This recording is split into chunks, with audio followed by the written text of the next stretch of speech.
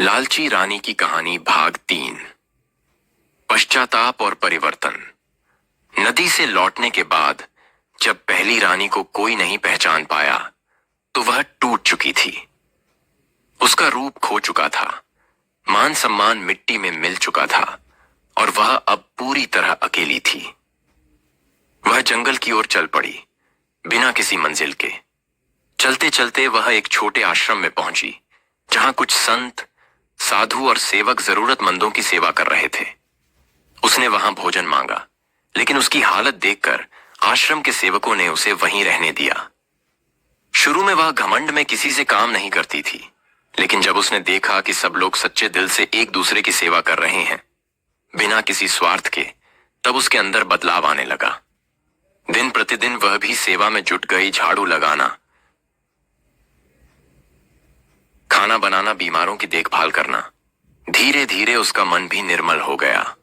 अब उसमें न ईर्ष्या थी, न लालच, बस दूसरों की मदद करने की सच्ची भावना बची थी। एक दिन आश्रम में राजा आया। राजा जनसेवा अभियान के अंतर्गत उसी आश्रम में पहुंचा।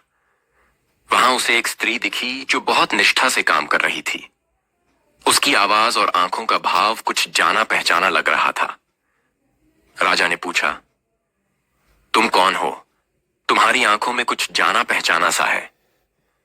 स्त्री ने सिर झुकाकर कहा, मैं वही हूं जिसे कभी आप पहली रानी कहते थे।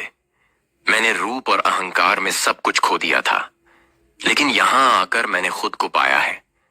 अब मैं न रानी हूं, न कोई विशिष्ट व्यक्ति, बस एक सेविका हूं, और यही मेरा सच्चा रूप है। राजा कुछ देर मौन रहा, फिर बोला, तुमने सच्चे अर्थों में खुद को पा लिया है। सेवा से बड़ा कोई श्रृंगार नहीं होता। अब चलो, लौट चलें। राज्य को एक ऐसी रानी की आवश्यकता है जो भीतर से सुंदर हो। रानी ने विनम्रता से कहा, मैं महल नहीं जाऊंगी, लेकिन आप जब चाहे मुझे यहां सेवा में पाएंगे। अब यही मेरा घर है। राजा ने उसकी बात का सम्मान किया और उसकी सेवा भावना को सलाम करते हुए लौट गया।